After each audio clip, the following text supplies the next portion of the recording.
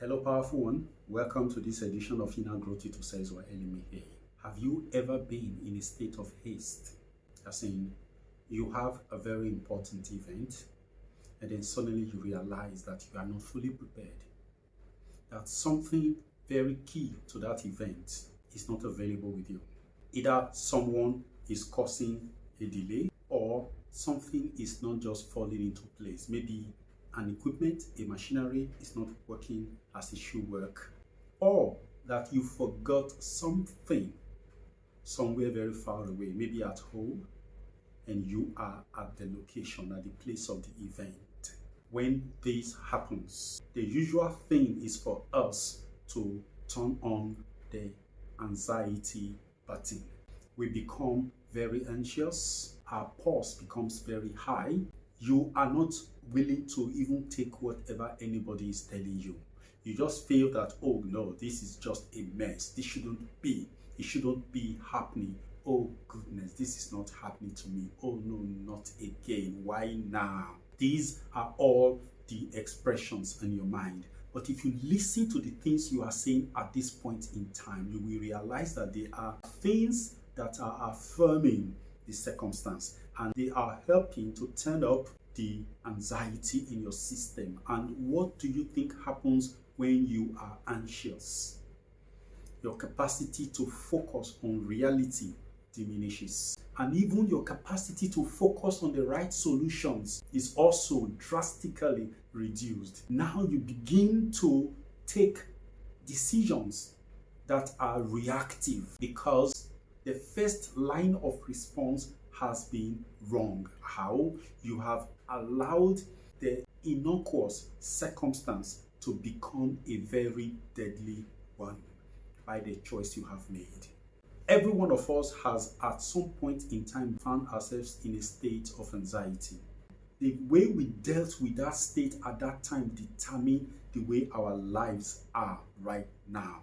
Because such moments are key deciding points in our lives. They are moments that structure and reconstruct our lives going forward.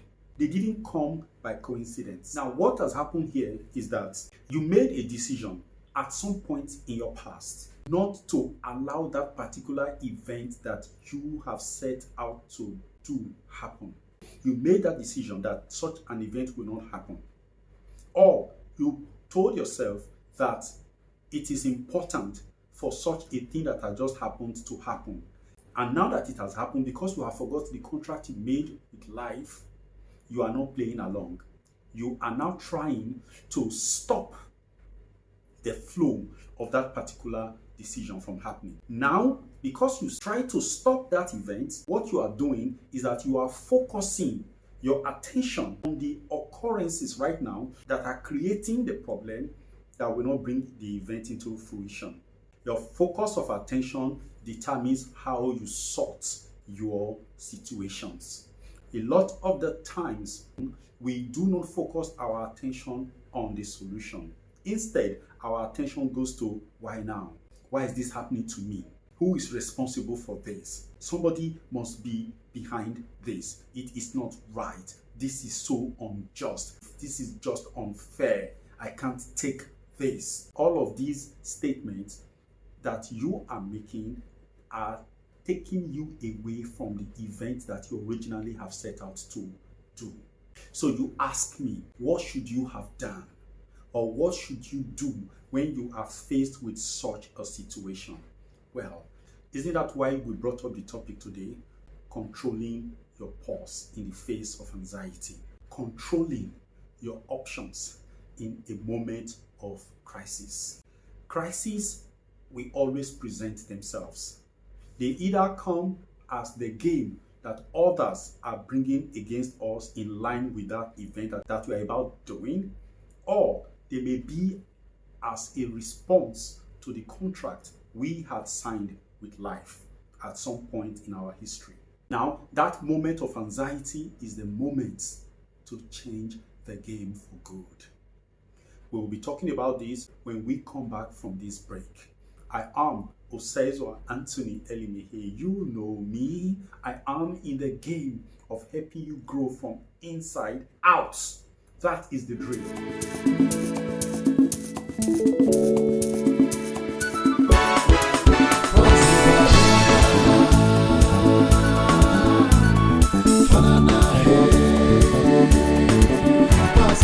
You're welcome back.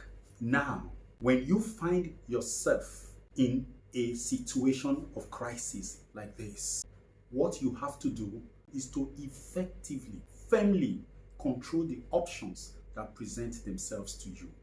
You must not allow yourself to be taken on an anxiety ride, because if you do that, you will miss out entirely. There are two ways you are likely to miss out. One, you may lose the event or do the event from the skin of your teeth. You may get the event done with massive stress. But what it means is that at that period of time, you are actually impressing a new way of life, a new way of response to such an event to your mind. The event might last 4 hours. When you discover this loss, this failure, this derailing sub-event is happening, you know that the event has really not begun. There are some time before, maybe some hours before it. Now, what you need to do at that particular point in time is to calm down. You know, when people are in a state like this, telling them to calm down is a slap to them. It is totally wrong. You don't even tell anybody to calm down. But you tell yourself, calm down. This event will happen. This is just another way of improving the event. Don't forget, when you are in a state of anxiety, what happens is that your emotions are high. When your emotions are high, whatever you are saying, they are registering as programs to your mind, because your gateway is open. When this happens, you are in a state of shock. And this is the moment you should be very careful of what you think. This is the moment you should be very careful of what you say. People around you are going to say things. They are going to make some suggestions. This is the moment to control what you hear. People can tell you anything, but you see, there's a difference between hearing and listening. Your duty is to control what you listen to. Don't allow any negativity to get its way into you. So the right thing, like one of my friends would say, eye on the ball.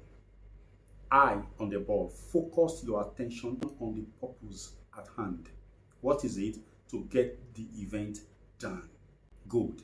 Now, is this sub-event, this derailing sub-event, likely to make the event happen?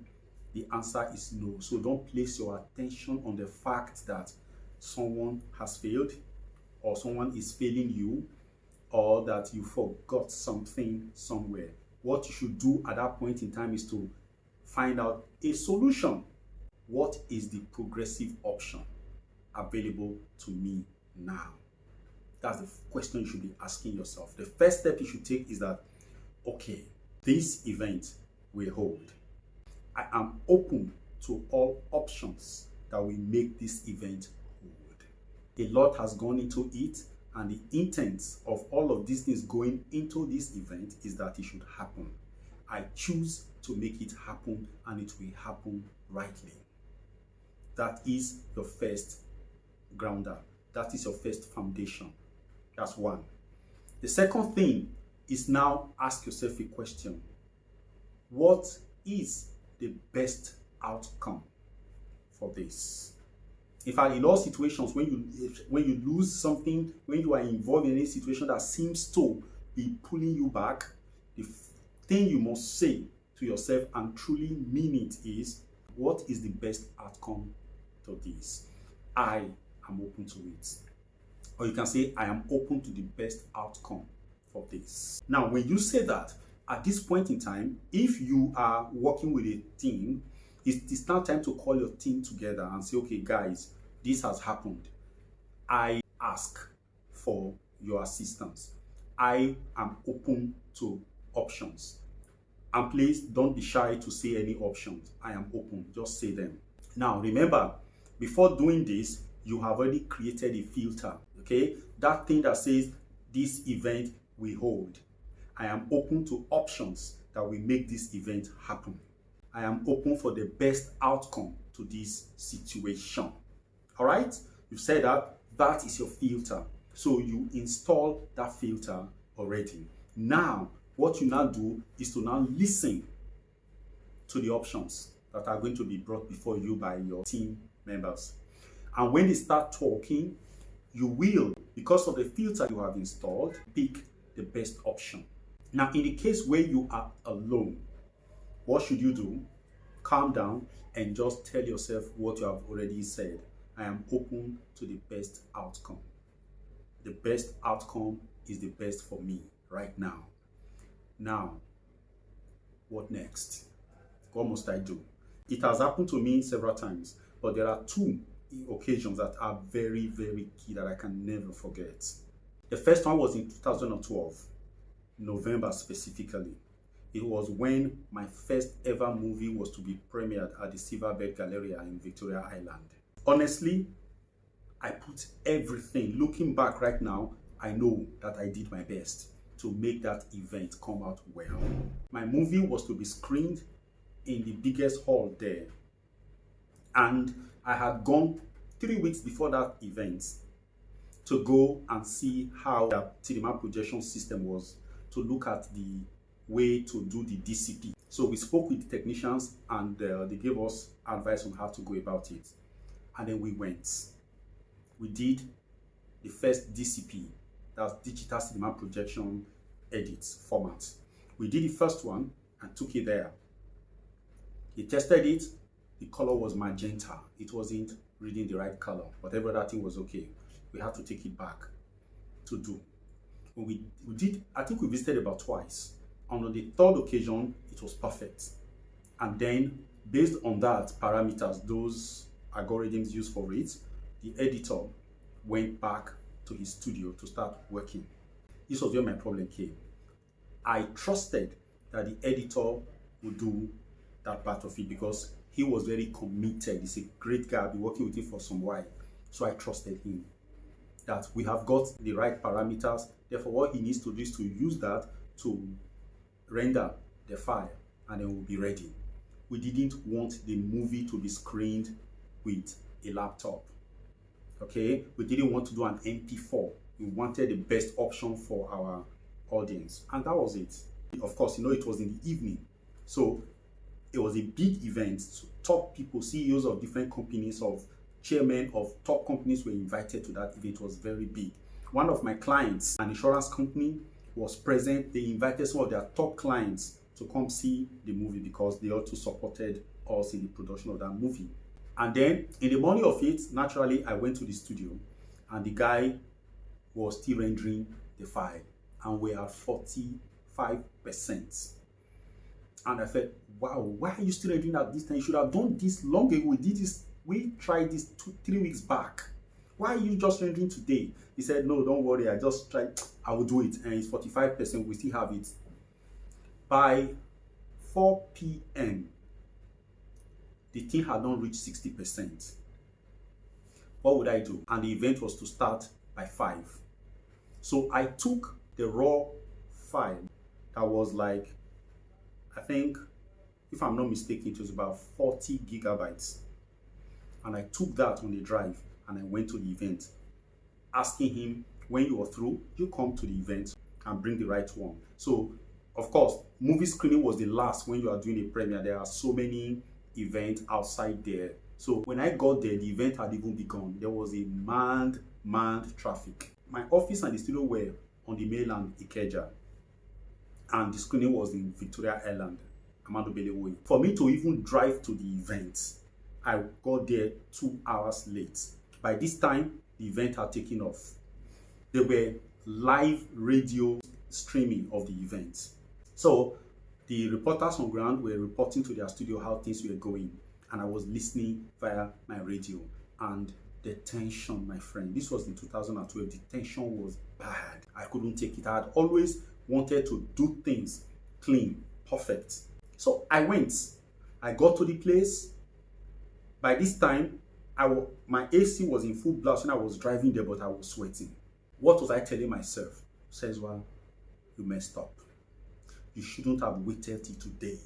You should have at least gone there a week before now to ensure that this thing was ready, and you should have had it in your hard drive ready. The second thought was, but it's not my fault. I trusted this guy. This guy had never disappointed me before. And he was so committed. He was the one that even said, guy, let us do DCP. I want to prove a point. He wanted to prove a point that he could do it. That was it. It was painful. I got there sweating. My chairman was there. He's late. We got there. The place was packed with people. It was a powerful event. And I was being interviewed. Anytime I watched that video, I never liked the video of myself, because I was an embodiment of stress and strain and wear and tear. Because the things that I know now, I didn't know then. I didn't know how to manage my mind. I didn't know how to manage events. And I'm doing this video so that you can escape such a problem going forward. It's not good for anybody. That kind of anxiety that has so much behind it, that has so much expectations placed behind it, can wear a human being down in less than 45 minutes because it is intense. What kind of negativity did not come across my mind? I was totally troubled. I acquired this mentality of resigning for the worst when such a situation happened. I was always afraid of hoping for the best, because if I hoped for the best and the best did not come, I would have suffered what they call a double tragedy. I didn't want that to happen. So I placed my mind on the worst can happen, and how do I manage the worst? That's where my mind was. Don't ever place your mind there, because that is saving for the rainy day. And I assure you this, a wise one once told me, when you save for the rainy day, you will have a downpour eventually. Don't, because life responds to your emotive expectations. That's the reality. I got there, everything was going on, but in as much as I was involved with people, it was supposed to be a happy, jolly event. I was not happy, I wasn't jolly, I just wasn't myself. At the time, they now said, let's go in and start screening the movie. I was telling myself, what do I now do? I brought out the hard drive, which was my backup. I gave it to them. They went and then plugged it on their system and they started playing. We were in the hall. The hall was packed full. Some people were even staying on the aisle, sitting on the aisle. And there we were. The movie started screening. It was moving people. People were getting the flow.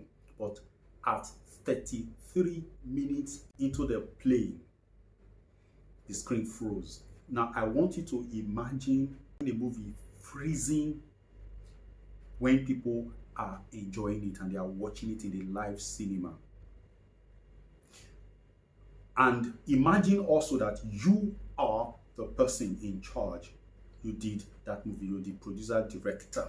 And also imagine that you had the chairman of a shipping line present.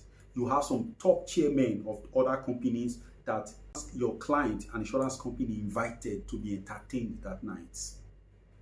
Imagine these people present. Imagine your former employers present just to honor you, to give you support.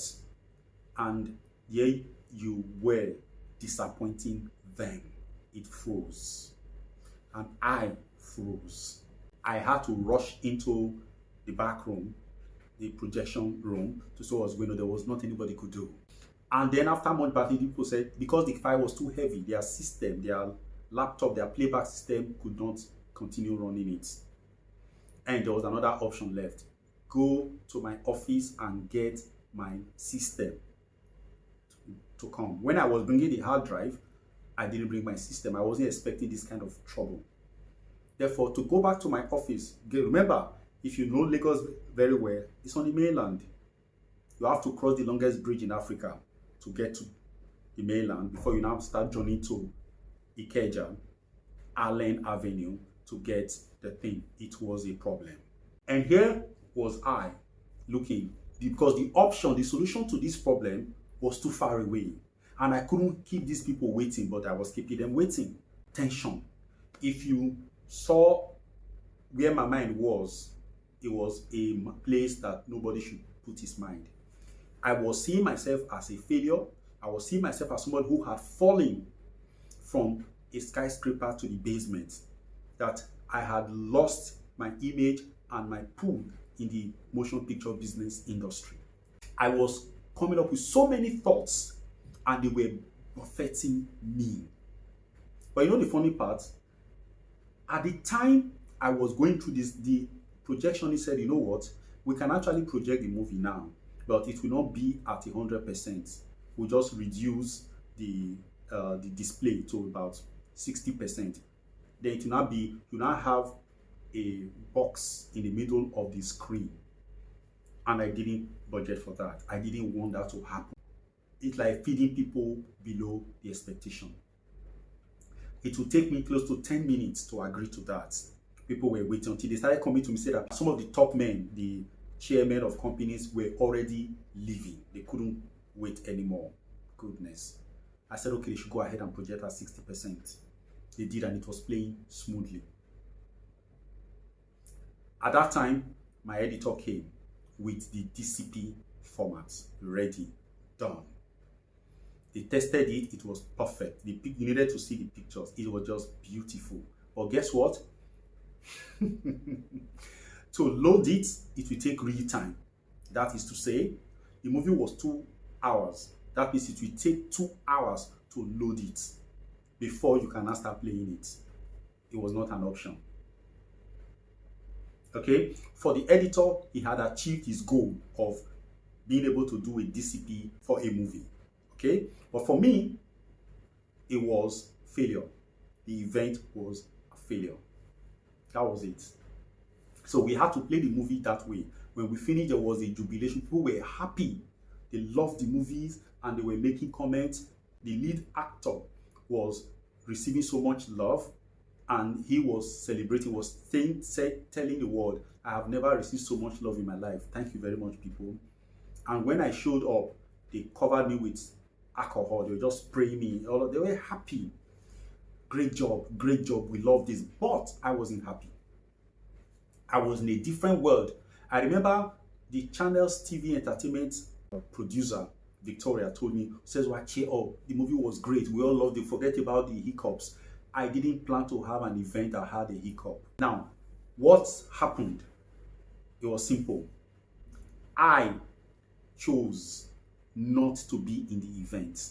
I chose to be in the problem. Right? And I can tell you that a majority of the things I suffered after that regarding the entertainment industry, I created them on that very night. Because I said a lot of things about myself, a lot of negative things about myself, judging myself harshly, punishing myself for allowing this thing to happen. Now let me tell you this. When you are faced with a crisis, just understand one thing. It is the best time to be your best friend. Don't ever allow yourself to judge your mind, to judge your system. Don't. Speak no evil of yourself. Instead, it is the time to pet yourself. It is the time to speak good things about yourself. Speak good things about the event. For example, this event does not define me. I am greater than this event. I will yet do more. The best outcome will be my experience. I will experience the best outcome from this event. I am worthy of the best. I am worthy of honor. I am worthy of praises, and I am worthy of whatever it is I looked forward to getting when I started this project. Tell yourself positive things. Don't judge yourself harshly. A lot of people who have failed in life, they have been people who subscribed to high ideals in life. And when events are not falling into place according to that high ideals, what do? They start judging themselves. They start condemning themselves. And those judgments and condemnations become realities in time. Ask me, have I ever been able to do a movie that is up to the standard of First Cause since 2012? The answer is no. In fact, a majority of the movies I had done for others, all of that, ended up not giving me respect, not giving me honor, because I created the trajectory on that particular day. that particular night of November 30th, 2012. Beware how you define yourself on the basis of some little disappointments. That's one. Another time I traveled. This is now this year. I just left my house to go and do some shoot. When I got to the place, okay, a long journey. And I got there, I had set up my lights and everything to start recording. Guess what happened? The tripod was not there. And I remember that, okay, there was the time I made a stopover at a hotel where I wanted to take a room for the night. I said I must have left the tripod there. And I didn't take the hotel because I wasn't comfortable with their rooms. I was on the island, Victoria Island. So my mind was telling me, oh, those people, remember how they were telling you bye-bye? They must have known that you left your tripod behind and they kept it. They must have sold it, they must have done something to it because you didn't take their room. Now call them and tell them that you want your tripod. I just calmed and said, no. Then the next thing was for me to call my house. Is it possible that I left the tripod at home? So I made the first call. The person I called did not pick. I made a second call to the security man at the gate. Please, go to my room. Go to the wardrobe where I keep my equipment. Check. If you see a bag that has the zippers, a slender bag that has a metal object inside, just let me know if it is there. He said, okay, sir. When he left, this time I was sitting down. I said, this event does not define me. I root for the best outcome of this. I had paid for the event venue that I was using. Therefore, the time was running. And I'm asking myself, if I had to go home, I knew that to go home and come back in Lagos traffic, this was around 3 p.m. So you understand that I was going to be in the traffic. It would be a mess. That means I was banking for like 3 hours to lose. And after that, will I still be able to be in the frame of mind to continue the work? I will be tired. I might have to sleep in the hotel. I would have wasted the money for that event. I was telling myself, that's not important. That is for later. For now, is to sort this problem. Where is the tripod? Then I got a call from the security man. He told me, sir, it's inside your wardrobe. Not that way they put camera for your house where they record. I said, yes. He said, they here, sir.